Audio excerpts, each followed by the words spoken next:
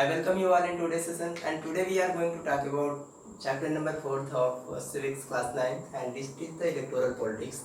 So I want to tell you here that in previous session I have given you the half explanation of this chapter, and the remaining topics are going to be covered over here in today's session. So stay with me and watch the video till last, and it will be very beneficial and very easy for you to understand it, as you will be able to learn the topics in this particular session with me.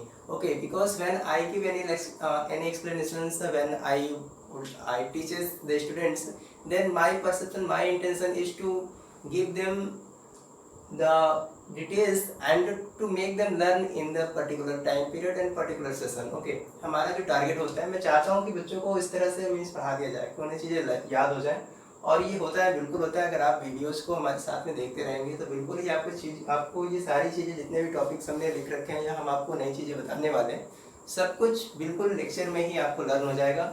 ज़रूरत है कि आप इसको अपने ध्यान को अपने आप को आत्म केंद्रित करके आप इस वीडियो को, लेक्चर को ठीक से देखिए और उनको पढ़िए, उनको समझने की कोशिश करिए। ठीक, मैं आपको एक बात और भी बता दूं कि हम आपको फिजिक्स, केमिस्ट्री और मैथ्स भी पढ़ाते हैं, साथ में सोशल के सारे पार्ट्स पढ़ाते हैं। क्लास 12th की और 11th की हम ह्यूमैनिटीज़ भी पढ़ाते हैं। ह्यूमैनिटीज़ में स्पेशली हम पॉलिटिकल साइंस को पढ़ाया करते हैं। तो आप इन सारी वीडियोस को हमारे चैनल पर पा सकते हैं, इसलिए चैनल को सब्सक्राइब करना बिल्कुल ना भूलें। और मैं कॉम्पिटिटिव लेवल की इंग्लिश भी पढ़ाता हूँ और हिंदी भी पढ़ाता हूँ, तो आप इनको बिल्कुल ही, आप वीडियोज़ को बहुत अच्छे से समझ सकते हैं, बहुत अच्छे से, मेरे आपके लिए बहुत ही बेनिफिशियल होगा। और कहीं अगर आप बोर्ड एग्जामिनेशन फेस करने वाले हैं तो मैं आपको इसकी गारंटी देता हूँ कि जितने भी टॉपिक मैं पढ़ाता हूँ, प्रॉबेबली उसके जो इम्पोर्टेंट क्वेश्चन देता हूँ, बाद में जब भी टॉपिक्स पढ़ा लेता हूँ तो उसके इम्पोर्टेंट क्वेश्चन होते हैं, 95% से ज़्यादातर क्वेश्चन एग्जाम में पूछ लिए जाते हैं। तो आपको ज़रूरत है कि हमारे साथ में बने रहिए। यह मैं कोई बहुत ज़्यादा अतिशयोक्ति नहीं कर रहा हूँ, I am not making an hyperbole, but it's really okay, it's a reality and it's truth. So if you want to know the fact, then you can ask my students, okay, who have faced the board examination, that how much questions have been asked from my question papers or board examinations that have been prepared by me. Okay, so आपको ज़रूरत है कि आप videos को ठीक से देखते रहिए, हमारे साथ में बने रहिए हमारे साथ में। और जितने भी लेक्चर हमने आपको प्रोवाइड कर रहे हैं, अगर आप 10th स्टैंडर्ड के स्टूडेंट हैं, 9th के हैं, आप प्रिपरेशन अभी ठीक से करिए, 10th में जा रहे हैं तो मेरे जो 10th के लेक्चर वीडियोज़ हैं उनको आप ठीक से विजिट करिए, आपके लिए बहुत ही आसान होगा और बहुत ही फायदेमंद होने वाला है। चलिए हम यहाँ पे बात करते हैं आज इलेक्टोरल पॉलिटिक्स की, और इसके आधी बची हुई रिमेनिंग पार्ट को हमें कंप्लीट करना है, क्योंकि हाफ लेक्चर में मैंने आपको आधी चीज़ें दे रखी है पहले से। चलिए सबसे पहले मैं आपको प्रिपेयर दे दूं जल्दी से चैप्टर में क्या क्या पढ़ने, what the topics are going to be covered over here today. First of all we will see the election commission, that is the responsible body for conducting elections. Okay, पहले हम देखेंगे कि भारत में चुनाव कराने के लिए जो जिम्मेदार संस्था है, जिसकी जिम्मेदारी है कुछ चुनाव को करवाए, इलेक्शन कमीशन, उसकी बात करेंगे हम, सेंट्रल और स्टेट इलेक्शन कमीशन की। फिर हम बात करेंगे भारत में चुनावी पद्धति की। ये एक ऐसी टॉपिक होगी जिससे आपको हर एक चीज़ें चुनाव के बारे में पता लग जाएंगी कि भारत में चुनाव क्या होता है, कैसे कैसे चुनाव होते हैं, सारी चीज़ें आपको डिटेल्स में पता लग जाएंगी। तो मैं आपके यहाँ पर आपको बहुत सारी चीज़ें डिटेल में बताने वाला हूँ, ठीक है। और चूँकि ये NCERT में है और आपको चीज़ों को और अच्छे से समझ में आएगा, आपके सिलेबस में आपको ठीक से जानना चाहिए कि चुनाव क्या है, कैसे होता है, भारत में चुनावी पद्धति क्या है। इसलिए इस टॉपिक का नाम ही है इलेक्शन सिस्टम इन इंडिया, ठीक है। तो इन सारी चीज़ों को यहाँ पर देखेंगे आप। इलेक्टोरल कॉन्स्टिट्यूएंसीज क्या है, रिजर्व कॉन्स्टिट्यूएंसीज क्या है, नॉमिनेशन कैंडिडेट, वोटर लिस्ट, ठीक है, polling and counting of votes, details of contestant, security deposit and code of conduct, ठीक है। इन सारी चीज़ों को हम ठीक से बात करेंगे, आप हम इनको समझेंगे। चलिए देखिए शुरू करते हैं। सबसे पहले the most important thing, election commission, because you should know that as I have told you in previous chapter, in previous classes, that why do we need a parliament, कि हमें पार्लियामेंट की ज़रूरत क्यों है। हमने एक चैप्टर वहाँ पे पढ़ रखा था, ठीक है, सिविक्स में, वहाँ पर हमने एक चैप्टर पढ़ रखा था, why do we need a parliament, so that आपको मैंने बताया था कि जिस तरह से पढ़ाने के लिए, पढ़ने के लिए स्कूल चाहिए हमें, है ना, रहने के लिए घर चाहिए हमें, ठीक, इसी तरह से चुनाव कराने के लिए कोई संस्था चाहिए, पढ़ाने के लिए अध्यापक चाहिए, आपको टीचर चाहिए, बिल्कुल ही चाहिए, है ना। तो यहाँ पर चुनाव भी कराने के लिए कोई एक संस्था चाहिए। इसी तरह से पार्लियामेंट है, पार्लियामेंट क्या करेगी, नियम बनाने के लिए कोई एक संस्था चाहिए, पार्लियामेंट नियम बनाती है, कानून बनाती है। इसी तरह से इलेक्शन कमीशन है, वो चुनाव करवाती है। सारी चुनावी जिम्मेदारी इनकी होती है, इलेक्शन कमीशन की, ठीक है। इलेक्शन कमीशन क्या करते हैं, भारत में जितने भी चुनाव होते हैं, चाहे वो राज्य स्तर के हो या फिर वो केंद्र स्तर के हों, either it will be the central level और state level election, the responsibility of election commission is to conduct the election. Okay, so यहाँ पर हमें बात करनी है सबसे पहले, first of all we will talk about the election commission. So the provision of election commission has been mentioned in the article number 324 of the constitution. Okay, 324 324 भारतीय संविधान का जो अनुच्छेद 324 है वो बात करता है कि भारत में एक निर्वाचन आयोग होगा, चुनाव आयोग होगा, जो भारत में होने वाले सभी चुनावों को करवाएगा। फर्स्ट में there shall be a election commission of India according to article number 324। Okay, 324 के अकॉर्डिंग भारत में एक इलेक्शन कमीशन होगा। अब बात हो गई इलेक्शन कमीशन की 324 के अकॉर्डिंग, तो सबसे पहले आपको ये जानना चाहिए इसका काम क्या है। So the working of election commission is to conduct the elections. Okay, so from here our work start. There are two types of election commission. One is central and one is state. Okay, one is state election commission and one is central election commission. So you may write over here central election commission. Okay, central election commission. Okay, and here the state election commission. State election commission. Okay, there are two types of election commission, central and state election commission. Then after, first of all we should know what is central election commission. So पहले आप ये जान लीजिए कि central election commission होता क्या है। Central election commission का कॉन्सेप्ट ये होता है, एक ऐसा इलेक्शन कमीशन जो सेंट्रल लेवल के, नेशनल लेवल के इलेक्शंस को कंडक्ट कराए, उनको हम क्या बोलते हैं, सेंट्रल इलेक्शन कमीशन। बात समझ में आ रही है? ऐसा इलेक्शन कमीशन, ऐसा चुनाव आयोग जो सेंट्रल लेवल के चुनाव को करवाए, इलेक्शंस को करवाए, उनको हम सेंट्रल इलेक्शन कमीशन बोलते हैं। क्लियर है? Once more, the commission that is responsible for the election commission that is responsible for conducting the elections of the national level or central level known as central election commission. Okay, simply you can say central election commission is the body responsible for conducting the all elections that are of central level. बहुत तरीके से आप इनको define कर सकते हैं। कुल मिलाकर कॉन्सेप्ट ये है कि ऐसा इलेक्शन कमीशन जो सेंट्रल लेवल के इलेक्शन को कंडक्ट कराता है उनको हम सेंट्रल बोलते हैं, और ऐसे इलेक्शन कमीशन जो किसी स्टेट के इलेक्शन को करवाया करते हैं उनको हम स्टेट इलेक्शन कमीशन बोलते हैं। So you can say the election commission that is responsible for conducting the elections of the state is state election commission. Okay, and here central election commission. So you may write over here that, definition लिख लीजिए आप, important रहेगा आपके लिए। Central election commission is responsible for conducting the elections at central level. Conducting the elections at central level. Okay, at central level. बात समझ आई आपको? ये क्या करते हैं, सेंट्रल लेवल पर सारे इलेक्शन को करवाया करते हैं। एग्जाम्पल लिख सकते हैं आप, examples of this elections or election of Lok Sabha, okay, election of Rajya Sabha, president,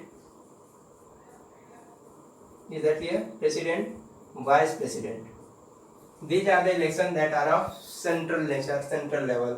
Okay, in the same way state election commission, okay, state election commission is responsible for conducting election at the state level, and example of this are, example once more मैं बोल दे रहा हूँ, आप उसको लिख लीजिए ठीक से। State election commission is responsible for, yes, state election commission is responsible for conducting the elections at the state level.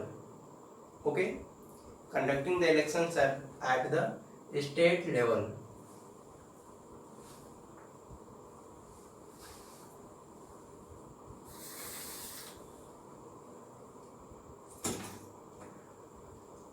Yes, state election commission is the organization that is responsible for conducting elections at the state level, okay, of interest, state interest. Examples of this are The elections of state legislature. Examples of this are elections like state legislative assembly, panchayats, okay, state legislative assembly, panchayat, etc, बहुत सारे election होते हैं जो राज्य स्तर के होते हैं, राज्य में करवाए जाते हैं। Okay, so now coming to the next topic. ये बात समझ में आ गई। और एक चीज़ जो जनरल नॉलेज है आपके लिए सबसे इम्पोर्टेंट थिंग, देखिए हर एक स्टेट का अपना इलेक्शन कमीशन होता है। Every state have it's own election commission.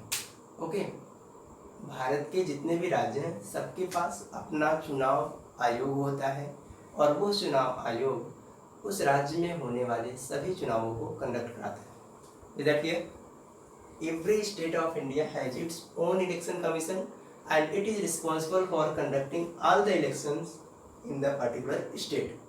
Okay, हर एक स्टेट का अपना इलेक्शन कमीशन। बात क्लियर है सभी को? तो मैंने आपको इलेक्शन कमीशन बता दिया, इनके टाइप्स बता दिए, और इनके टाइप्स में मैंने बात करी कि इलेक्शन का सेंट्रल इलेक्शन कमीशन है क्या, वो रिस्पॉन्सिबल होता है सेंट्रल लेवल के इलेक्शन करवाने के लिए। क्लियर है?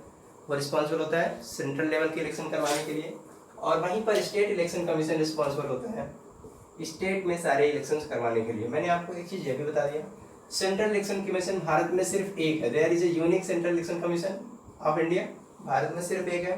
और यहाँ पर क्या है, जितने भी स्टेट हैं सभी स्टेट के अपने अपने इलेक्शन कमीशन है। All the state have their own election commissions. Okay, examples Lok Sabha, Rajya Sabha, president, vice president, these are the elections of central level, and the elections of legislative assemblies, state legislative assemblies are of state level and panchayats etc. Okay, now coming to the next topic. So here ये आ गया होगा सभी को, इसको erase कर दूं मैं। Okay, I hope you all have done it. समझ में आ रही है बातें? आप हमारे साथ बने रहिए, बिल्कुल मैं आपको सारी चीज़ों को बहुत अच्छे से पढ़ा दूंगा, आपको समझ में आ जाएगा।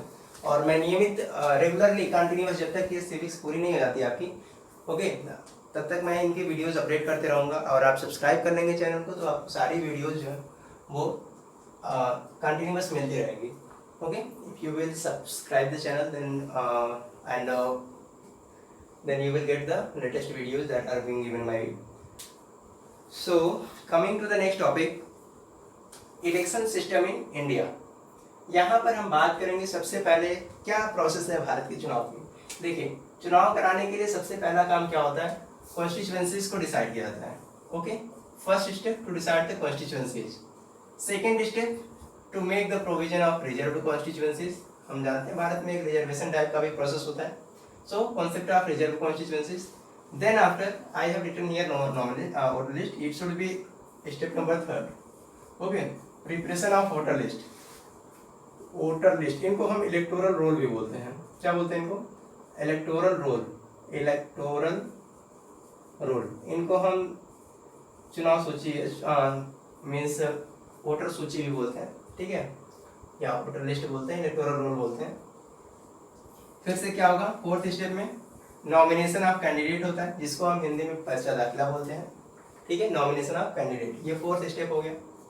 फिफ्थ स्टेप में क्या होगा, फिफ्थ स्टेप में मैंने आपको बताया नॉमिनेशन ऑफ कैंडिडेट हो जाएगा।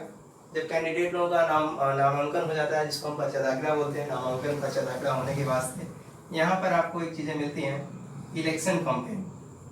क्या मिलता है यहाँ पे? Election campaign. आपने देखा होगा कि जब भी कभी चुनाव होने वाला होता है तो बहुत सारी चुनावी रैलीज होती हैं, जितने भी कंटेस्टेंट होते हैं, प्रतिभागी होते हैं, जितने भी रिप्रेजेंटेटिव होते हैं, सभी क्या करते हैं, वो बहुत सारी चुनावी रैली करते हैं अपने आप को प्रचार प्रसार करने के लिए, अपनी पार्टी के बारे में बताने के लिए, अपने उद्देश्य को बताने के लिए बहुत सारे प्रॉमिस वगैरह करते हैं। तो उसको हम क्या बोलते हैं? Election campaign. जो कुछ भी इलेक्शन के पहले होता है पार्टी के द्वारा या पार्टी मेंबर के द्वारा अपने मीन्स थीम को, अपने फिलॉसफी को या फिर अपने एम को बताने के लिए, लोगों को आकर्षित करने के लिए हम उनको इलेक्शन कैंपेन बोलते हैं। अभी और डिटेल्स में बताऊंगा आपको क्या है, अभी समझ लीजिए। फिफ्थ स्टेप क्या हो गया? इलेक्शन कैंपेन, ठीक है। सिक्स स्टेप में क्या होगा? कोड ऑफ कंडक्ट इंप्लीमेंट होता है। There is the provision of implementing code of conduct, step number 6। And final the step number 7 is the polling and counting of votes. Okay, step number 7। तो यहाँ पर क्या होता है? पोलिंग होता है और फिर काउंटिंग ऑफ वोट्स होता है, ठीक है। पोलिंग होने का मतलब डिसाइड कर लिया जाएगा कि वोट कहाँ कहाँ पर पड़ेगा, वोट कहाँ पड़ेगा, ठीक है, पोलिंग बूथ बोलते हैं। उसके बाद से फिर काउंटिंग ऑफ वोट्स। इतनी सारी चीज़ें होनी है। So this is the system of election in India. Constituencies, reserve constituencies, then after preparation of voter list, fourth step nomination of candidate, fifth step election campaign, and the sixth step is the code of conduct, seventh is the polling and counting of votes. So these are the steps, these are the provisions that are going to be takes place during the election that is going to be take place in India. ये सारे provision होते हैं भारत में चुनावी system के, भारत में चुनाव तंत्र के ये सभी प्रोविजन होते हैं। अब हम बात करते हैं कॉन्स्टिट्यूएंसीज है क्या। सबसे पहले हमको ये जानना होगा कॉन्स्टिट्यूएंसीज क्या है। मैंने आपको पहले वाले सत्र में, पहले वीडियोस में मैंने बताया था आपको कि रिप्रेजेंटेटिव कौन होता है, who is representative and who is the voter. मैंने ये सारी चीजें आपको पहले बता रखी हैं। यहाँ पर हम बात करेंगे कॉन्स्टिट्यूएंसीज क्या है। Okay, what are the constituencies. So से ये मिटा दूं मैं, प्रीफेस मैंने आपको दे दिया। अब आपको एक एक टॉपिक डिस्कस करनी है आपके साथ में। देखिए, first of all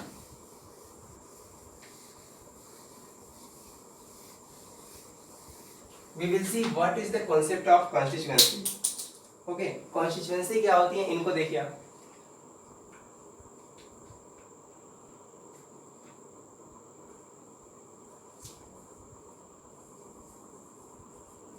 constituency Hindi में इनको हम विधायिका क्षेत्र बोलते हैं, इनको हम संसदीय क्षेत्र बोलते हैं। संसद का चुनाव होगा तो, पार्लियामेंट का चुनाव होगा तो संसदीय क्षेत्र बोलेंगे, राज्य स्तर का चुनाव होगा तो विधायिका क्षेत्र, विधायकी क्षेत्र बोलेंगे। ठीक है, कॉन्स्टिट्यूएंसीज। अब देखें कॉन्स्टिट्यूएंसी क्या होती है, एक बार हिंदी में समझ लीजिए, फिर मैं इसको लिख दूंगा यहाँ पे बोर्ड पर, फिर इसको मैं और एक्सप्लेन कर दूंगा। देखिए, कॉन्स्टिट्यूएंसी का मतलब ये होता है एक ऐसा क्षेत्र जहाँ पर कुछ निश्चित जनसंख्या हो। क्या हो? एक ऐसा क्षेत्र, एक ऐसा भौगोलिक क्षेत्र जहाँ पर कुछ निश्चित जनसंख्या हो, और जहाँ से एक मेंबर ऑफ पार्लियामेंट हो सकता है, मेंबर ऑफ लेजिस्लेटिव असेंबली हो सकती है। ठीक है, उसको जहाँ से इलेक्ट किया जाना है। बस में जैसे क्लास में एक मॉनिटर चुनना है, तो क्लास में पहले तो क्लास की एक डेफिनेट एरिया है, फिर क्लास की एक डेफिनेट बेंच स्ट्रेंथ है कि वहाँ पर 60 या 65 स्टूडेंट, 70 स्टूडेंट है। ठीक है, और उनमें से एक किसी को हमें पोर्टर के तौर मीन्स मॉनिटर के तौर पर उसको इलेक्ट करना है। ठीक है, तो अब वो जो क्लास हो गया, क्लास क्या हो गई, कॉन्स्टिट्यूएंसी हो गई। क्यों? कि इसकी एक डेफिनेट बाउंड्री है और साथ में उस बाउंड्री में डेफिनेट नंबर ऑफ स्टूडेंट है इधर के। सो वो क्या हो गई, कॉन्स्टिट्यूएंसी। इसी तरह से कॉन्स्टिट्यूएंसी अगर हम लोग पार्लियामेंट की बात करें तो एक ऐसी जियोग्राफिकल एरिया होगी जिसके पास में कुछ डेफिनेट नंबर ऑफ पॉपुलेशन होंगे, और उसको हम एक इलेक्टोरल कॉन्स्टिट्यूएंसी बोलेंगे। वहाँ से हमें एक मेंबर ऑफ पार्लियामेंट को इलेक्ट करना है। Okay, so you may see here और here the geographical boundary, you can write over here definition as this. आप इनको लिखते रहिए, फिर आपको और भी चीज़ें अच्छे से समझ में आती रहेंगी। देखिए, डेफिनेशन लिखिए इसकी। The electoral constituencies are the geographical boundaries, geographical boundary okay, geographical boundary having definite number of population, having definite number of population, okay, definite number of population,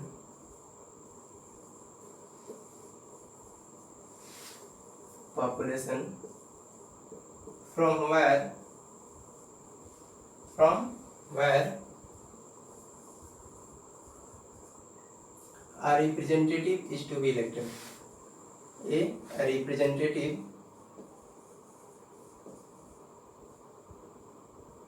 is to be elected. एक ऐसा क्षेत्र, एक ऐसा भौगोलिक क्षेत्र जहाँ से, देखिए हिंदी में इसको समझ लीजिए ठीक से, एक ऐसा भौगोलिक क्षेत्र, एक ऐसी जियोग्राफिकल बाउंड्री जिसके पास में एक निश्चित जनसंख्या हो, डेफिनेट नंबर ऑफ पॉपुलेशन। हमने कहा यहाँ पे, देखिए हमने क्या बताया यहाँ पे, डेफिनेट नंबर ऑफ पॉपुलेशन। ठीक है, क्योंकि हर बार उसकी गिनती होती है और उसको लिमिट किया जाता है कि यहाँ पर एक इलेक्टोरल कॉन्स्टिट्यूएंसी होगी, यहाँ पर एक कॉन्स्टिट्यूएंसी। इलेक्टोरल कॉन्स्टिट्यूएंसी बोलने का मतलब चुनावी क्षेत्र।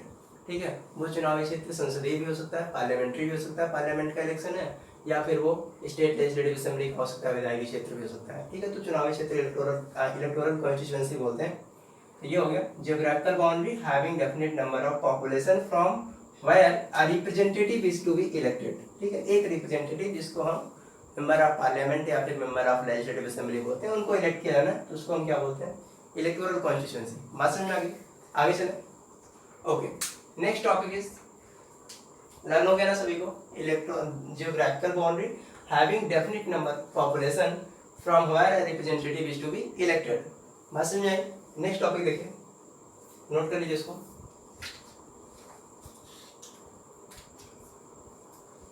Reserve constituency, second topic is the reserve constituency. So इनका मतलब क्या होता है कि रिजर्व कॉन्स्टिट्यूएंसी कुछ ऐसी सीटें होती हैं जो एससी या फिर एसटी कम्युनिटी के लिए या फिर माइनॉरिटीज के लिए फिक्स कर दी जाती है।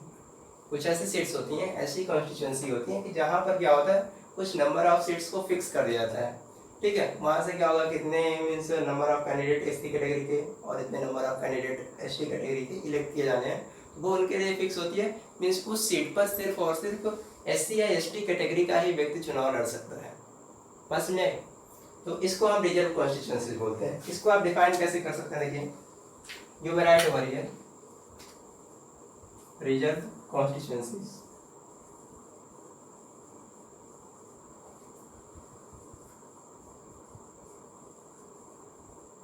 Reserved constituencies. So you may write over here some constituencies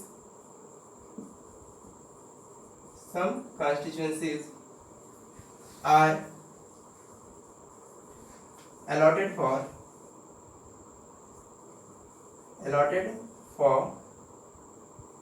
only SC and ST community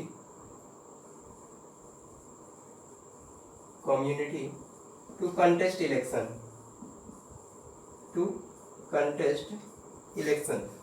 ठीक है। कुछ ऐसी सीटें होती हैं एससी और एसटी कम्युनिटी के कंटेस्ट के लिए, इलेक्शन को कंटेस्ट करने के लिए फिक्स कर दिया जाता है, तो उनको हम रिजर्व सीट्स बोलते हैं। Some constituencies are allotted for only SC and ST community to contest election is called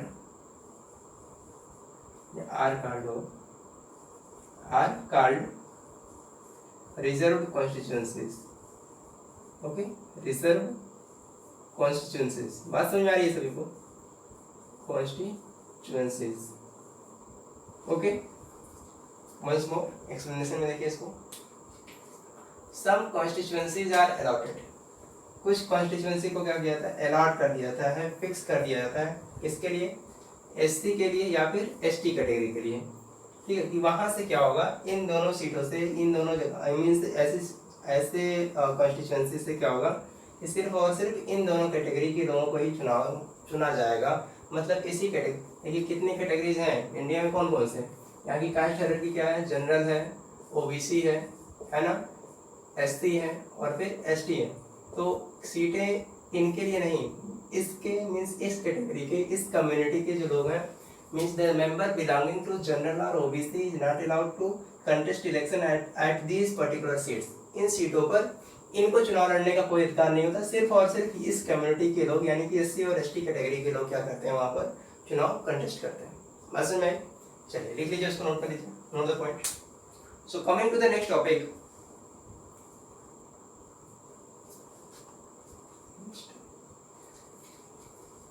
I hope you have noted this. Okay.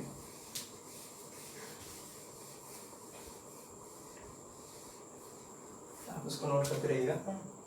देखिए next topic is nomination of candidate. 2 step हमने पढ़ लिए, we have seen 2 steps, okay. First of all constituency, second of reserve constituencies. और ये सारा step करता कौन है, ये करने का रिस्पॉन्सिबिलिटी किसकी है कि कौन ये सब काम करेगा? कॉन्स्टिट्यूएंसी कहाँ पर है, कौन डिफाइन करेगा, रिजर्व कॉन्स्टिट्यूएंसी का, ये सब इलेक्शन कमीशन, ठीक है। सेंट्रल के लिए है तो सेंट्रल और स्टेट के लिए है तो state election commission. One homework I am giving to you all, find out who is the present election commissioner of India, who is the present chief election commissioner of India, and there are 2 other election commissioners also, okay. So one point was going to be left, so I want to tell here, mind में आ गया तो बता देता हूँ। देखिए जो central election commission होता है ना, CEC, सेंट्रल इलेक्शन कमीशन, इसका स्ट्रक्चर क्या होता है, इनके स्ट्रक्चर में एक चीफ इलेक्शन कमिश्नर होता है, ठीक है, जिसको हम presiding officer of central election commission बोलते हैं, प्रिसाइडिंग, ठीक है, प्रिसाइडिंग ऑफिसर मतलब उसका अध्यक्ष, भारत का मुख्य निर्वाचन आयुक्त, मुख्य चुनाव आयुक्त बोलते हैं, ठीक है। और साथ ही साथ में इसमें दो और भी लोग होते हैं, दो इलेक्शन कमिश्नर और भी होते हैं, ये दोनों लोग क्या करते हैं, कंबाइंडली इनको असिस्ट करते हैं, इनको सहायता देते हैं, ठीक है। तो इसको हम बोलते हैं structure of, we call it as the structure of election commission, ठीक है। CEC central election commission and CEC central election commissioner, central election commissioner is known as the presiding officer of election commission, central election commission, and there are two other election commissioner that are to give the assistance to the central election commission in his working, ठीक है। हिंदी में क्या होगा इसका मतलब, भारत में जो भारत का निर्वाचन आयोग है, भारत का केंद्रीय निर्वाचन आयोग है, उसके स्ट्रक्चर की बात करें, संरचना की बात करें, तो इसमें दो पार्ट मीन्स तीन लोग होते हैं। तीन लोगों में कौन कौन, एक तो भारत का मुख्य निर्वाचन आयुक्त हो गया, ठीक है, जिसको हम सेंट्रल इलेक्शन कमिश्नर बोलते हैं, ठीक, और दो अदर इलेक्शन कमिश्नर्स हुआ करते हैं जो इनको सहायता प्रदान करते हैं, इनको हम प्रिसाइडिंग ऑफिसर बोलते हैं, प्रिसाइडिंग ऑफिसर, ठीक है, मतलब उसका अध्यक्ष होता है वो। और ये इस समय कौन है, एट प्रेजेंट कौन है, ये आपको पता करना है, आप पता करके उनको बताएंगे, ठीक है, कमेंट बॉक्स में जा करके आप बताएंगे हमें who is the present election commissioner of India, it's your homework. Okay, now coming to the next topic, that is the nomination of candidate. Okay, nomination of candidate. See here, nomination of candidate में यहाँ पर क्या होगा, what is the process of nomination of candidate? A candidate have to apply a form giving his details. Candidate को क्या करना होता है, इलेक्शन कमिश्नर पर जाकर के, चुनाव आयोग पर जाकर के अपने जो भी डिटेल्स हैं उसको एक फॉर्म में भर करके वहाँ पे जमा करना होता है, सबमिट करना होता है, नॉमिनेशन ऑफ कैंडिडेट बोलते हैं, ठीक है। फिर वहाँ से उनको सिंबल वगैरह अलाउट करते हैं, सिंबल अलाउट होगा, ठीक है, सिंबल अलाउट हो जाने के बाद से फिर इनको सिंबल अलाउट हो गया, अगर वो किसी पार्टी से है तो पार्टी उनको सारी चीज़ें टिकट वगैरह मुहैया करा देती है, ठीक है। बट यहाँ पर क्या करना है हमें, देखिए नॉमिनेशन ऑफ कैंडिडेट में हमें ये बात करनी है, we have to talk about your nomination of candidate. समझ में आ रही है चीज़ें ना, नॉमिनेशन ऑफ कैंडिडेट, ये स्टेप नंबर 3 है, nomination of candidate, is that clear. यहाँ पर क्या होता है, a candidate has to fill up the form, okay, giving his details, candidate has to fill the form giving his details, giving his details, ठीक है। वहाँ पर वो अपनी डिटेल्स देंगे और इन डिटेल्स में क्या होगा, educational qualification, okay, educational qualification, पहले ये मैंडेटरी नहीं था, मैंडेटरी कर दिया गया है, क्वालिफिकेशन, ठीक है, वो अपनी एजुकेशनल क्वालिफिकेशन बताएंगे, और साथ ही साथ में the properties and the assets, okay, property, assets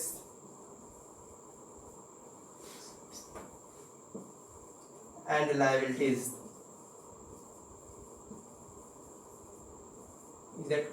liabilities, ये सारी डिटेल्स देंगे, and then after he will deposit a security, okay, so that is called the security deposit, security deposit.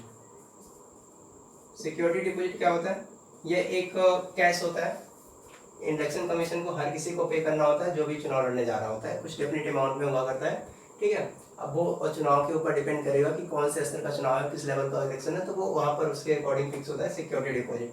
जैसे अगर राष्ट्रपति का चुनाव हो तो उसके लिए 25,000 रुपीज़ पे करने होते हैं सिक्योरिटी डिपॉजिट की टर्म में, ठीक है। तो यहाँ पर सिक्योरिटी डिपॉजिट उन्हीं को पे करना होता है इलेक्शन कमीशन को, ठीक है। तो नॉमिनेशन ऑफ कैंडिडेट में क्या होगा, candidate has to fill the form giving his details like educational qualification, property, assets and liabilities to him, okay, and security deposit, and one more important thing, that is any criminal cases pending against him or not, okay, is there any criminal cases is pending against him or not, उसके खिलाफ में कोई ऐसी means संगीन आपराधिक मामला तो नहीं है, ये सभी भी उनको डिटेल्स में बताना होगा इलेक्शन कमीशन को, तब वो चुनाव लड़ सकते हैं। बस में वहाँ से उनको सिंबल अलॉट हो जाता है और वो सारी चीज़ें फिक्स हो जाती हैं। चलिए नेक्स्ट स्टेप देखिए, फोर्थ स्टेप हो गया, आपको मैंने फोर्थ स्टेप बता दिया, ठीक है। वोटर लिस्ट बताना रह गया। Let's see what is the electoral voter list और electoral roll. Okay, next topic is electoral roll and it is the also known as the voter list. Okay, इनको note कर लीजिएगा।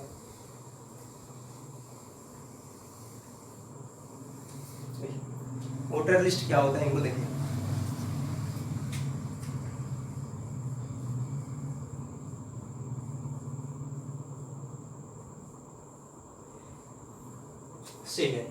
वोटर लिस्ट का concept ये होता है, आपको पता है यूएएफ बहुत ही पहले से हम पढ़ते आ रहे हैं, यूनिवर्सल एडल्ट फ्रेंचाइज क्लास 7 से ही पढ़ते आ रहे हैं हम लोग, जब हम स्टेट गवर्नमेंट को पढ़ रहे थे। यूनिवर्सल एडल्ट फ्रेंचाइज का मतलब ये होता है सार्वभौमिक वयस्क मताधिकार, यानी कि भारत में हर एक व्यक्ति जिसने भी 18 साल की उम्र को पूरा कर लिया है, भारत का नागरिक है, उसे वोट देने का अधिकार है। Okay, once more, any of the citizen of India who have attained the age of 18 years have right to vote is known as the universal adult franchise। क्या बताया हमने? सार्वभौमिक वयस्क मताधिकार का मतलब ये होता है कि भारत का हर एक नागरिक जिसने भी 18 साल की अवस्था को पूरी कर लिया है, कोई भी व्यक्ति हो, आदमी औरत कोई भी हो, are equal. Okay, so anyone have completed the age of 18 years, उसके पास में वोट देने का अधिकार है। बस में अब उसके पास वोट देने का अधिकार है, तो सबसे पहले यहाँ पर स्टेप टेक करती है इलेक्शन कमीशन। इलेक्शन कमीशन देखती है कि उनके यहाँ पर कितने ऐसे सारे व्यक्ति हैं जिन्होंने 18 साल की अवस्था को पूरी कर रखा है, ठीक है। वो उनके बेस पर इसको प्रिपेयर करती है, और अगर कदाचित आपका नाम उसमें नहीं आता तो भी आप जा करके उसके लिए अप्लाई कर सकते हैं कि I am attend the age of 18 years, so I need to be enrolled in the voter list, ठीक है। वहाँ पर आप भी अप्लाई कर सकते हो उसके लिए। बट इलेक्शन कमीशन खुद से इन सारी चीज़ों को मेंटेन करता है। कभी कभी क्या होता है, बहुत सारे लोगों का नाम छूट जाता है, तो उसमें आप जाकर के उसके लिए अप्लाई कर सकते हो। ओके, सो वोटर लिस्ट क्या होती है? Voter list is the list are having the name of the such voters who have been attend the age of 18 year. ऐसे लोगों का नाम वो उसमें रखा जाता है जिन्होंने 18 साल की अवस्था को पूरी कर लिया है and are now eligible to cast the vote, ठीक है। अब वो वोट देने के लिए एलिजिबल है। इसको हम क्या बोलते हैं? वोटर लिस्ट बोलते हैं। डेफिनेशन एक बार लिखिए तो और अच्छे से समझ में आएगा आपको। देखिए,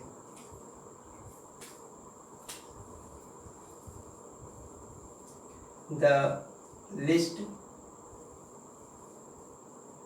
having the name of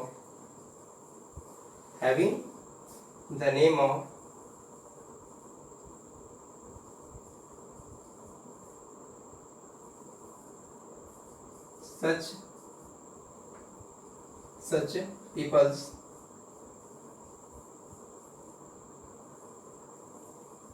who are eligible to cast vote, ठीक है। कास्ट वोट, जो भी वोट देने के अब एलिजिबल है वो ऐसे लोगों का नाम हुआ करता है, ऐसी लिस्ट हुआ करती है। क्या हुआ ये? And it is prepared by election commission, ठीक है। इसको कौन प्रिपेयर करता है?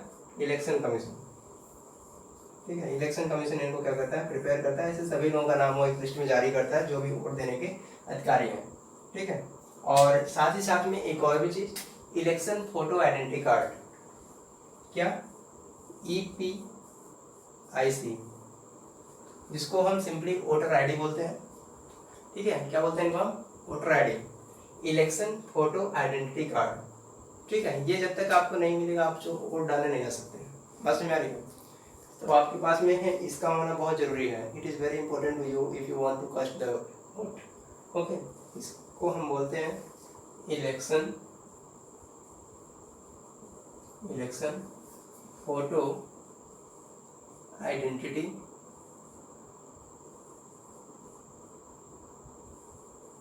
कार्ड, EPIC, ठीक है। इलेक्शन फोटो आइडेंटिटी कार्ड, ये आपको मिलना जरूरी है। आपको इसके लिए अप्लाई करना होता है। जब तक आप अप्लाई नहीं करेंगे वो बनकर आएगा नहीं, और बनकर नहीं आएगा तो आप उस पर वोट नहीं डाल सकते। वैसे गवर्नमेंट एक पहल करके गवर्नमेंट इलेक्शन कमीशन एक पहल करके इलेक्शन होने से पहले, वोट डलने से पहले ये सारी चीज़ें बनवाती है, तो आप उसको जा करके वहाँ पर भी बनवा सकते हैं, ठीक है।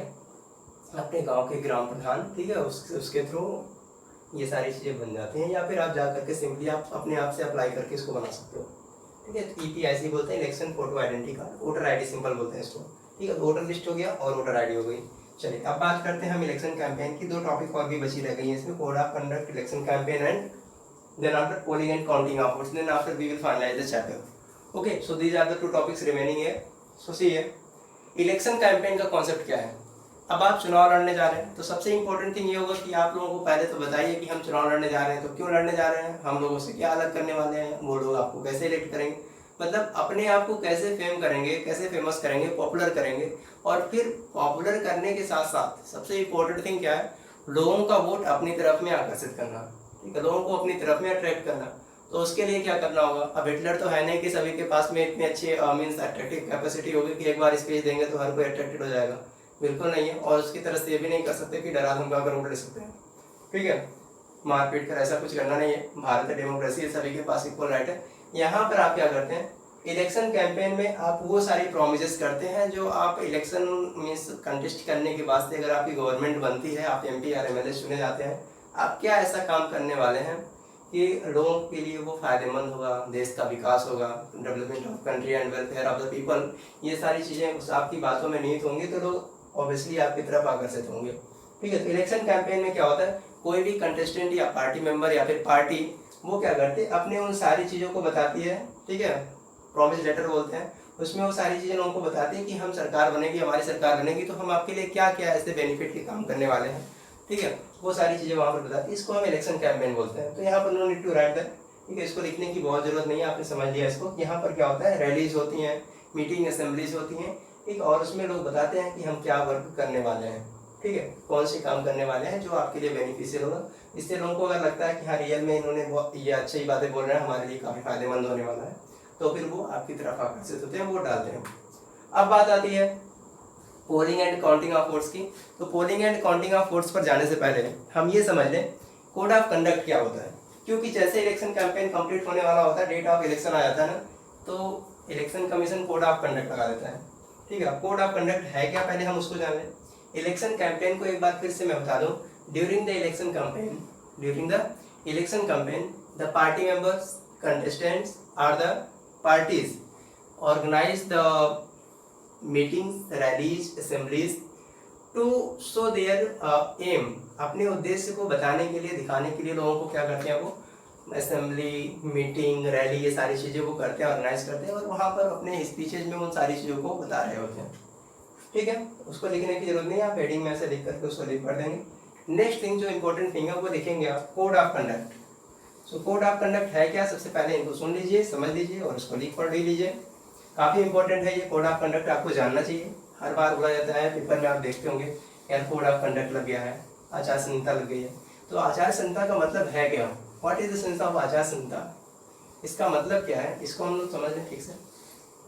Let's we know that what is the concept of code of conduct. Okay, so write down the topic, code of conduct. मजा आ रहा है सभी को, समझ में आ रहा है चुनाव पद्धति क्या है, कोड ऑफ कंडक्ट। अब जब आपने प्रचार प्रसार कर लिया ना, आपका प्रचार प्रसार सारा बंद, ठीक है, चुनाव के कुछ दिन पहले ये बंद हो जाता है। कब होता है मैं बता रहा हूँ, कोड ऑफ कंडक्ट, ठीक है। देखिए कोड ऑफ कंडक्ट का मतलब क्या होता है, हिंदी में इसको समझ लीजिए। हिंदी इसकी होती है आचार संहिता। क्या होती है हिंदी इसकी, आचार संहिता। मैं आपको हिंदी भी पढ़ाता हूँ, खास करके हिंदी का व्याकरण और इंग्लिश का ग्रामर, ठीक है, इंग्लिश ग्रामर और हिंदी ग्रामर ये दोनों मैं आपको कवर कराता हूँ। मैंने अलंकार के वीडियोज डाल रखे हैं, आप उसको देखकर समझ सकते हैं कि हिंदी में किस तरह से पढ़ाता हूँ। आप उसको देखने के वास्ते आप लोग रहेगा हिंदी पढ़नी चाहिए। मैं हिंदी की वीडियोज़ भी डालूंगा, टाइम कम होने की वजह से वीडियोज़ पढ़े बन नहीं पाते हैं, ठीक है। फिर भी आप अगर सब्सक्राइब करके रखेंगे तो आपको चीज़ें मिलती रहेंगी, कहीं और जाने की ज़रूरत नहीं है। यह एक ऐसा प्लेटफॉर्म है जहाँ पर आप हर एक वीडियोज, आपको हर एक लेक्चर मिल सकते हैं। जहाँ पर भी कठिनाई आती है, मैं खुद CBSE बोर्ड का स्टूडेंट रहा हूँ, तो CBSE में कहाँ पर आपको क्या तकलीफ़ें हैं, मैं एक प्रतिभागी भी हूँ, एक कैंडिडेट भी हूँ, मैं एक एग्ज़ाम्स भी अच्छे दिया करता हूँ, तो मुझे हर एक चीज़ें पता है। आप अगर कॉम्पिटिटिव एग्जामिनेशन दे रहे हैं, आप अगर बोर्ड एग्जामिनेशन के स्टूडेंट हैं, तो आपको दोनों ही एक्सपीरियंसेस हमसे मिल जाएंगे कि आपको कहाँ पर किस तरह की प्रिपरेशन करनी है। तो मैं उसी को पॉइंट ऑफ व्यू में रख करके सारी वीडियोस को प्रिपेयर करता हूँ, जिससे कि हमारे जितने भी जुड़ने वाले लोग हैं उन सभी को क्या हो, बेनिफिट हो। सो आपके लिए चाहिए कि आप चैनल को सब्सक्राइब करके रखिए, उसके बेल आइकन को प्रेस करके रखिए, ताकि आपको नोटिफिकेशन भी मिलती रहे मैं कब कौन सी वीडियो डाल रहा हूँ, और जितनी भी आपकी ज़रूरत की चीज़ें आप उनको पढ़ते रहिए। ठीक है, जब मैं अब देखिए बात कर रहे हैं हम आचार संहिता की, कोड ऑफ कंडक्ट है क्या। ठीक है, इलेक्शन कैंपेन तक हमने बात कर ली है। कोड ऑफ कंडक्ट क्या होता है? कोड ऑफ कंडक्ट में ये होता है, जब भी चुनाव की डेट निश्चित कर दी जाती है, चुनाव की डेट कंप्लीट हो गई आपकी, आज 25 है, 24 है, तो चलिए 30th को एग्जाम, 30th को क्या होने हैं, 30th को चुनाव ने इलेक्शन कोड डलने हैं उस दिन। ठीक है, तो उसके ठीक 48 घंटे पहले, कब से, 48 hours earlier of the date of conducting election. ठीक है, जिस दिन चुनाव होने वाला है उसके ठीक 48 घंटे पहले बिल्कुल कोई प्रचार प्रसार नहीं, सब कुछ बंद। इस तरह कोई होर्डिंग बैनर नहीं, सब कुछ हटा दिया जाता है, सब कुछ बंद कर दिया जाता है। उस टाइम पर कोई भी पार्टी, किसी भी पार्टी का मेंबर या कोई भी इंडिविजुअल, कोई भी रिप्रेजेंटेटिव ऐसा कुछ नहीं कर सकता कि वो अपने आप को एडवर्टाइज करे, वो कोई मीटिंग करे, कोई बैनर या होर्डिंग पोस्टर, ऐसा कुछ भी नहीं हो सकता। बिल्कुल कोड ऑफ कंडक्ट के ड्यूरिंग क्या होता है, उस टाइम पर सब कुछ चीज़ें बंद कर जाती हैं। कितने टाइम पीरियड के लिए होता है? 48 hours before 48 hours of the date of election. जिस दिन भी चुनाव होना उसके 48 घंटे पहले से ये सारी चीज़ें मेंटेन कर दी जाती हैं। Okay, so you may write over here in code of conduct that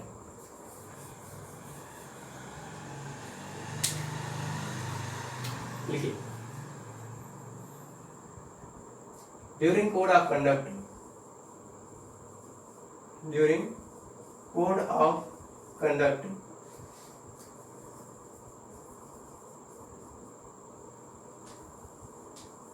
none of the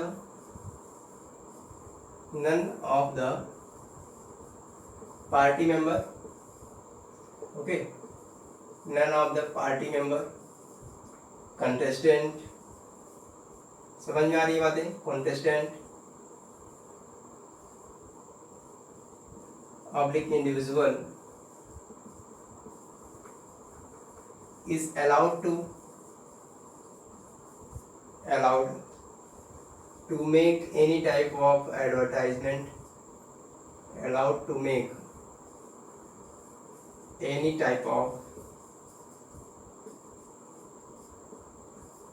ad, okay, ad short में लिख दे रहा हूँ, ads, advertisement, okay, before 48 hours of the 48 hours of the date of election, of the date of election। ठीक है, date of चुनाव पड़ने के ठीक पहले, कब, 48 घंटे के ठीक पहले ये सारी चीज़ें बंद कर दी जाती हैं। कौन इम्प्लीमेंट करता है इसको? Election commission.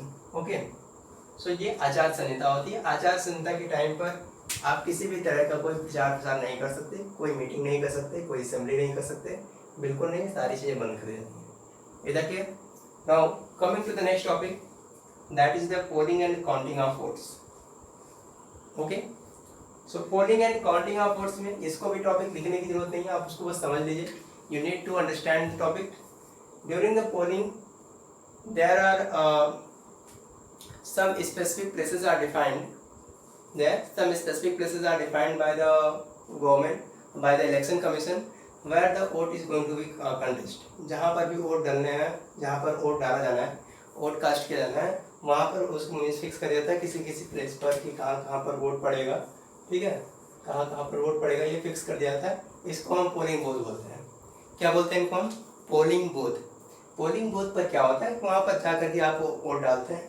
ठीक है, ये पोलिंग बूथ हो गया। और फिर काउंटिंग ऑफ वोट्स में क्या होता है, जितने भी मेंबर ऑफ रिप्रेजेंटेटिव हैं, जितने भी पार्टी मेंबर से सबको इन्वाइट किया जाता है उस दिन पर, और हर कोई एक डेफिनेट प्लेस पर कहीं पर वोटिंग मीन्स जैसा भी इलेक्शन कमीशन फिक्स करता है उस जगह पर सबके सामने उसकी वोटिंग की काउंटिंग हो जाती है। ठीक है, तो ये सारा सिस्टम होता है इलेक्शन सिस्टम इन इंडिया का। ठीक है, भारत में चुनाव किस तरह से होता है मैंने ये सारी चीज़ें आपको बता दी। फिर सबके सामने वोट को काउंट करके वहाँ पर कौन विनर है कौन क्या है उसको डिफाइन कर जाता है। ठीक है, मतलब काउंटिंग हो गई तो आपको पता ही लग जाएगा कौन ज़्यादा वोट पा रहा है कौन कम पा रहा है, तो फिर वहाँ पर ये जाता है। अब एक जो बात बचती है, okay, the last remaining thing is that you should know about the EVM and the ballot paper and ballot box. ठीक है, आपको ये भी चीज़ें जाननी चाहिए कि ईवीएम क्या है, बैलेट पेपर क्या है, बैलेट बॉक्स क्या है, इसको नोट कर लिया सभी ने। ओके, ईवीएम और साथ ही साथ में ईवीएम, इनको हम बोलते हैं इलेक्ट्रॉनिक वोटिंग मशीन। क्या बोलते हैं इनको हम? Electronic voting machine. ठीक है, क्या बोलते हैं इनको हम? Electronic voting machine. कुछ इस तरह का हुआ करता है ये।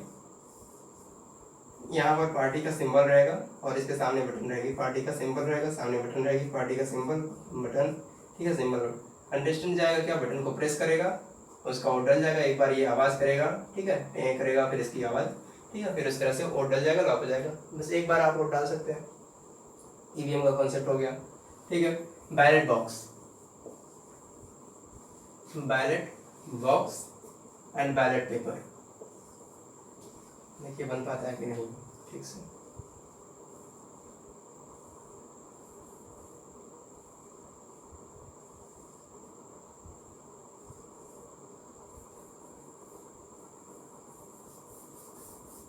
ठीक से मैं बताऊँ, देखिए कोशिश करता हूँ बैलेट बॉक्स बनाने की, बन नहीं पाएगा, हमसे ज़्यादा लग रहा है ऐसा, but I will try. Okay, I will try to try your ear. तो ये हो गया आपका ballot box, approximately I have done it. ठीक है, और यहाँ पर थोड़ा सा स्पेस होता है। ठीक, बैलेट बॉक्स है, एक बक्सा होता है, कुछ नहीं करना। बैलेट पेपर आप समझ लीजिए क्या होता है, बैलेट पेपर। अब ये धीरे धीरे चलन से बाहर हो रहा है। Okay, it is approximately going to be vanished now because EVM have taken place of this। क्यों नहीं है अभी मैं बता रहा हूँ आपको। देखिए बैलेट पेपर क्या होता है, एक इस तरह का पेपर होगा, इस पर क्या होगा, पार्टी का सिंबल और नाम। आपको जिसको भी वोट डालना है, आप जाओगे इस पर, मुहर लगाओगे, अंगूठा लगाओगे और इसको उस पार्टी के नाम से डाल दोगे उसमें। ठीक है, बैलेट पेपर हो गया। अब ये क्योंकि इसमें बॉक्स में कलेक्ट होता है, इसको बैलेट बॉक्स बोलते हैं। पहले क्या हुआ करता था, इसमें बहुत सारी डिस्क्रिप्शंस थी कि लोग इसको फाड़ देते थे, काउंटिंग के टाइम पर इसको खा जाते थे, ऐसी बहुत सारी अनफेयर एक्टिविटीज़ होती थी, तो इसलिए इसको बंद कर दिया गया। ठीक है, पहले क्या होता था, जब भी चुनाव में मीन्स चुनाव हो गया, ठीक है, लोग इनको या तो फाड़ देते थे पेपर को, ठीक है, या फिर इसको लोग खा देते थे दूसरे को जिताने के लिए। ठीक है, तो अब ये सारी चीज़ें बंद कर दी गई हैं इन कमियों की वजह से। ईवीएम ने इसका स्थान ले लिया। ईवीएम में ऐसा कुछ नहीं होता है। ईवीएम में बटन आपने एक बार प्रेस कर दी, एक ही वोट डाल सकता है एक व्यक्ति, एक बार वो आवाज़ कर दिया, फिर लॉक हो जाता है। ठीक, और वहाँ से आप वोट डाल के बाहर आ जाते हैं।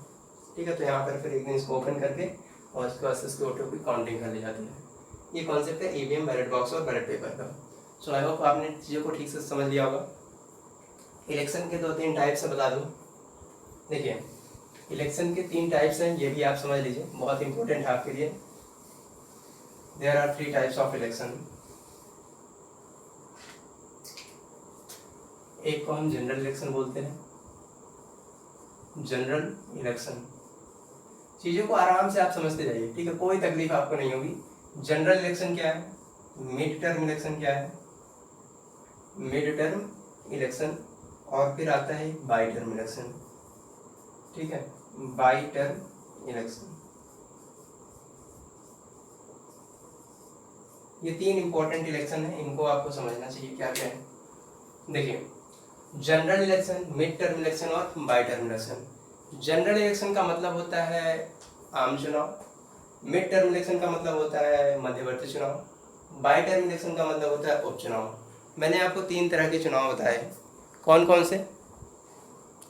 हमने आपको 3 तरह के चुनाव बताए। कौन कौन से बताए हमने आपको? पहला बताया हमने आम चुनाव जनरल इलेक्शन, दूसरा बताया हमने मिड टर्म इलेक्शन मध्यवर्ती चुनाव, और तीसरा बताया हमने आपको बाई टर्म इलेक्शन उपचुनाव। ठीक है, तो ये हो गए आपके आम चुनाव। समझ में आ रही है बातें? इनको हम हिंदी में क्या बोलते हैं? आम चुनाव। ठीक है, आम चुनाव हो गया। इनको हम मध्यवर्ती चुनाव बोलते हैं, मध्यवर्ती चुनाव बोलते हैं, और इनको हम उपचुनाव बोलते हैं। तो उपचुनाव, मध्यवर्ती चुनाव तो कम सुनने में आता है, लेकिन आप इनको देखेंगे ना, आम चुनाव ये आप सुनते हैं, और जब ये इसका दौर होता है तो पेपर में सिर्फ और सिर्फ यही नजर आता है। ठीक है, जैसे आईपीएल जब होता है ना, तो पूरे पेपर में आईपीएल भरी होती है। नवरात्रि आती है तो नवरात्रि में दुर्गा जी भरी होती है, हर एक पेपर में सिर्फ वही दिखती है। ठीक है, बोर्ड का एग्जाम होता है तो सिर्फ बोर्ड एग्जामिनेशन दिखता है। जब आम चुनाव होता है तो फिर सिर्फ आम चुनाव, पूरे पेपर में सिर्फ आम चुनाव दिखता है। पूरे कोई भी न्यूज़पेपर आप उठाएंगे, newspaper, TV channels, news channels, ठीक है, तो सिर्फ यही दिखेगा आपको। क्योंकि इसका दौर जो होता है ना वो बहुत ही इंटरेस्टिंग हुआ करता है। बहुत सारी चीज़ें वहाँ पर हमें देखने को मिलते हैं, बहुत सारे ups and downs, pros and cons देखने को मिलते हैं हमको। तो ये एक ऐसा टाइम होता है जब हर कोई इसमें रंगा होता है। आम चुनाव, जनरल इलेक्शन का कॉन्सेप्ट ये होता है जब कभी चुनाव लोकसभा या फिर विधानसभा का हो। क्या मतलब है इसका?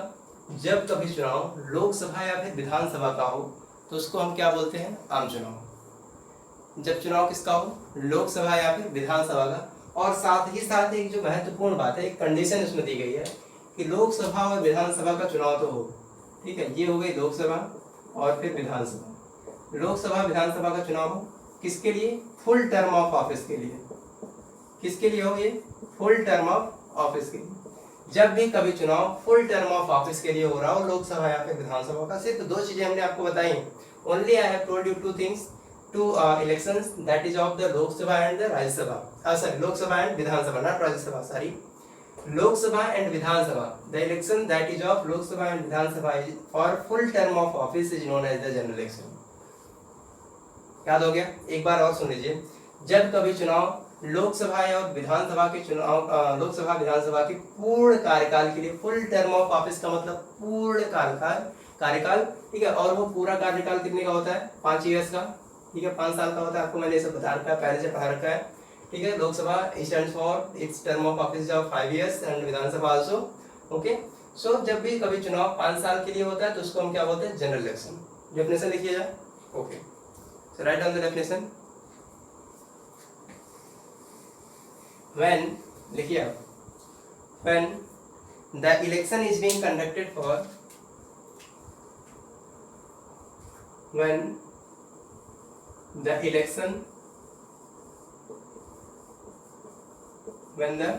election is conducted for full term of office,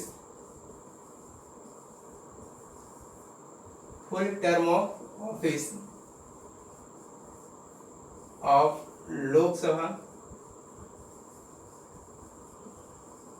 and Rajya Sabha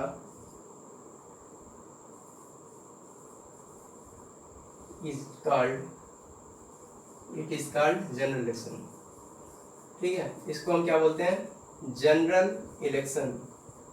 इनको हम आम चुनाव बोलते हैं, जनरल इलेक्शन बोलते हैं। बात समझ आई? एक ऐसा चुनाव जो पूरे कार्यकाल के लिए हो रहा हो, और किसके पूरे कार्यकाल के लिए? लोकसभा और राज्यसभा लिख गया यार, सर ये विधानसभा होगा भाई, okay, sorry for that, it will B Vidhan Sabha. So when the election is going to be conducted for full term of office of Lok Sabha and Vidhan Sabha, it is known as general election. Sorry once more for that. Okay, not there will be a Rajya Sabha, it will be Vidhan Sabha. Okay. So क्या होता है? When the election is conducted for full term of office of Lok Sabha and Vidhan Sabha, it is known as general election. Mid term election क्या होता है? अब mid term election में कभी कभी ये लोकसभा और राज्यसभा, मीन्स लोकसभा और विधानसभा या फिर राज्यसभा भी हो सकती है, कोई भी हो सकता है। राज्यसभा वैसे कभी भंग नहीं होती, राज्यसभा कॉन्सेप्ट राइज नहीं होगा, ठीक है। जब कभी, इन्हीं के लिए है ये समझ में आ गई बातें। When election is conducted for full term of office of Lok Sabha and Vidhan Sabha, it is known as general election. समझ में आ गया? आगे देखिए मिड टर्म इलेक्शन क्या है, उसको नोट कर लीजिएगा, ओके। यहाँ देखिए मिड टर्म इलेक्शन क्या है, इसको मैं मिटा दे रहा हूँ, बाद में समझा दूंगा, बाद में लिख दूंगा इसको, ओके। सो से here mid term election stand for when election is being conducted for some term of office, some time period, when Lok Sabha और विधानसभा is going to be abolished। जब इनको डिजॉल्व कर दिया जाए, अबॉलिश कर दिया जाए, खत्म कर दिया जाए, बिना इनके कार्यकाल के पूरा हो गए, तो फिर उस समय पर जो चुनाव कराते हैं उसको हम मिड टर्म इलेक्शन बोलते हैं, ठीक है। तो आप ऐसे बोल सकते हो,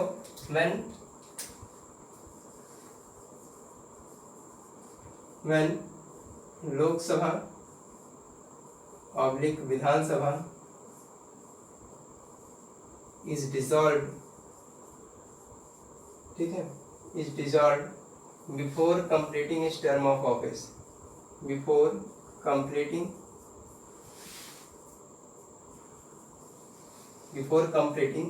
its tenure, before completing its tenure, then election is conducted, then election is conducted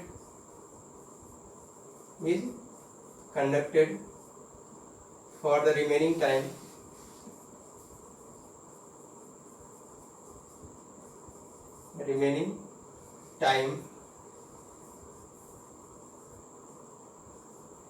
it is called mid term election. ठीक है, इनको हम मिड टर्म इलेक्शन बोलते हैं। जब कभी क्या होता है, लोकसभा या राज्यसभा को भंग कर दिया जाए, लोकसभा या विधानसभा को भंग कर दिया जाए, तो उस समय पर जो इलेक्शन होता है, यहाँ पे देखिए हमने क्या लिखा, लोकसभा या फिर विधानसभा, लोकसभा विधानसभा, जब इनको क्या कह दिया है, डिसॉल्व कर दिया जाए। डिसॉल्व करने का मतलब भंग कर देना। जब इसका रीजन क्या होता है, भंग करने का मतलब उसको नष्ट कर देना, खत्म कर देना। या तो उन्होंने विश्वास खो दिया हो लोकसभा के लोग, यानी कि काउंसिल ऑफ मिनिस्टर ने, या फिर इन्होंने विधानसभा के काउंसिल ऑफ मिनिस्टर्स ने, या फिर इन पर अविश्वास प्रस्ताव आ गया हो, ठीक है, या फिर कोई कॉन्स्टिट्यूशनल फेलियर हो गया हो, तो फिर क्या होता है, इसको खत्म कर दिया जाता है और फिर वहाँ पर चुनाव दोबारा कराया जाता है। तो इसको हम क्या बोलते हैं, मिड टर्म इलेक्शन। ठीक है, ये मिड टर्म इलेक्शन का कॉन्सेप्ट हो गया। लास्ट में एक टॉपिक जो आती है बाई टर्म इलेक्शन का, देख लीजिए उसको क्या होता है। ठीक है, दो इलेक्शन ने आपको बता दिया, जनरल और mid term. Mid term election क्या होगा, when Lok Sabha and Vidhan Sabha is dissolve before completing its tenure. Tenure का मतलब भी वही होता है, कार्यकाल। Then election is conducted for the remaining time. ठीक है, and it is called mid term election. ठीक है, लास्ट टॉपिक देखिए इस सेशन का। Okay, by term election.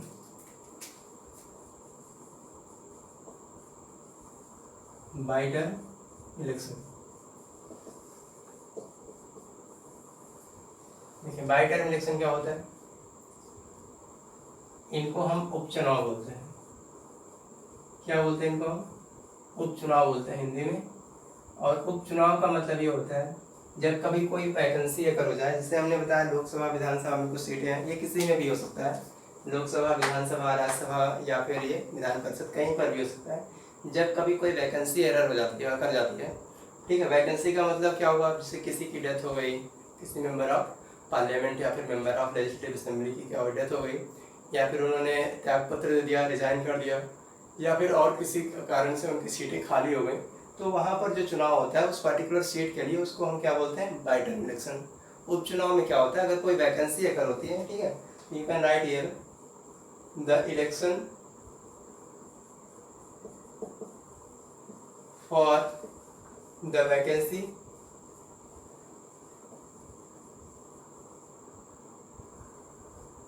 arised due to resignation, okay, or death।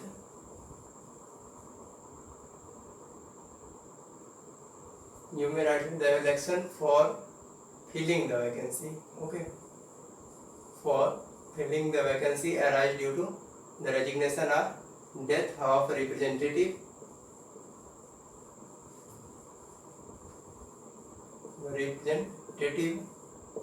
is called by term election. इनको हम क्या बोलते हैं, बाई टर्म इलेक्शन बोलते हैं। बात समझ में आ गई आपको? देखिए हमने क्या क्या बताया आपको, the election that is for filling the vacancy arised, ठीक है, किसके लिए, जो वैकेंसी अराइज हो जाती है, ठीक है, the election for filling the vacancy arise due to the resignation और death of the representative is called by term election. ठीक है, जब चुनाव किया जाता है, जब वैकेंसी कोई हो गई हो, मीन्स कोई सीट खाली हो गई हो किसी की वजह, किसकी वजह से, या तो किसी ने रिजाइन कर दिया हो, या फिर उसकी कॉज डेथ हो गई हो, ठीक है, तो उसको फिल करने के लिए उसको क्या बोलते हैं, by term election. So I hope you all have get the point. यहाँ पर हमने पूरे सेशन की बात कर ली, पूरे टॉपिक की बात कर ली, जो कुछ भी इस चैप्टर में था, ठीक है, और हमने इलेक्शन सिस्टम देख लिया, हमने इलेक्शन कमीशन देख लिया, हमने टाइप्स ऑफ इलेक्शन देख ली, सारी चीज़ों को हमने कवर कर लिया। I hope you all have get the point. So I would like to request you all, if you like the videos, please go to the comment section and give your comments there. And if there is any need of improvement, you can also make the comment, and please like, subscribe and share the channel. Okay, and don't forget to press the bell that enables you to get the latest update, the latest videos given by me. Thank you for watching.